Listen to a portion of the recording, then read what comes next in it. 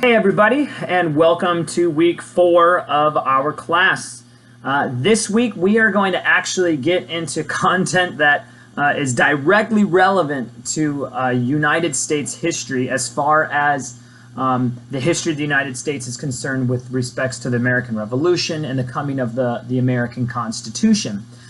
Everything that we've looked at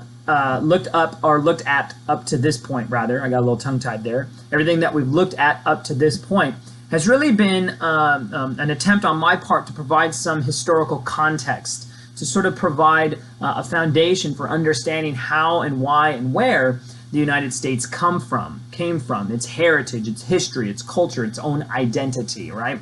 And all of that's now going to come to a head during this week. And we are going to be focusing in on first the American Revolution and the War of Independence. We looked last week at some of the central causes for that. And of course, this week we're going to get into the conflict itself. Now, I am not a military historian. We're not going to have a lot of gratuitous military details. There will be some assessment of some of the battles. The Battle of Saratoga in 1777 was incredibly significant, perhaps the most significant battle of the American Revolution, because it was in 1777, following the Battle of Saratoga, that the French decided to ally with the Americans against the British. And of course, at the Battle of Yorktown in 1781, it is the French Navy that really allows for Washington and Lafayette, among others, to be able to be successful at the Battle of Yorktown. Okay, and those are two major conflicts. Of course, you've got other battles, the Battle of Ticonderoga. You've got experiences at Valley Forge during the winters of 1777, 78. You've got early victories, although they're not major victories, but early victories had by Washington in Boston.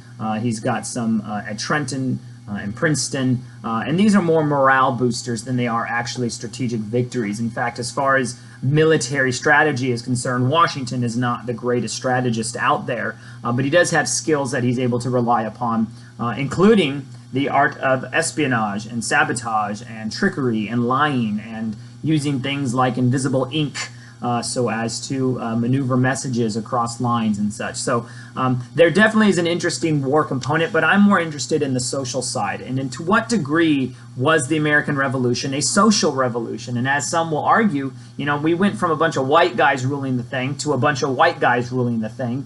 And generally Native Americans, slaves, African Americans, women, among others, they didn't receive many rights. And life for them was not much different after the revolution as it was before, although as we can see in 2018, the ideas expressed in the Declaration of Independence and the Constitution, both of these documents we'll be looking at this week, they have come to fruition. There's greater democracy, greater equality than perhaps ever existed in the 19th or 18th century. So that's kind of where we're going this week. Of course, you've got your discussion boards to address. Make sure you know when the due dates are for those. By Thursday, your main post, and then, of course, Sunday, your subsequent post to another student. As always, please be sure to respond to any comments that I leave behind. Anytime you respond to my comments, I'm always looking to give you more points, and I want to give you more points. So we've got that. And then, of course, the other thing is, in case you don't know, I post an announcement each week, which kind of outlines sort of when assignments are due and what we should be expecting. And so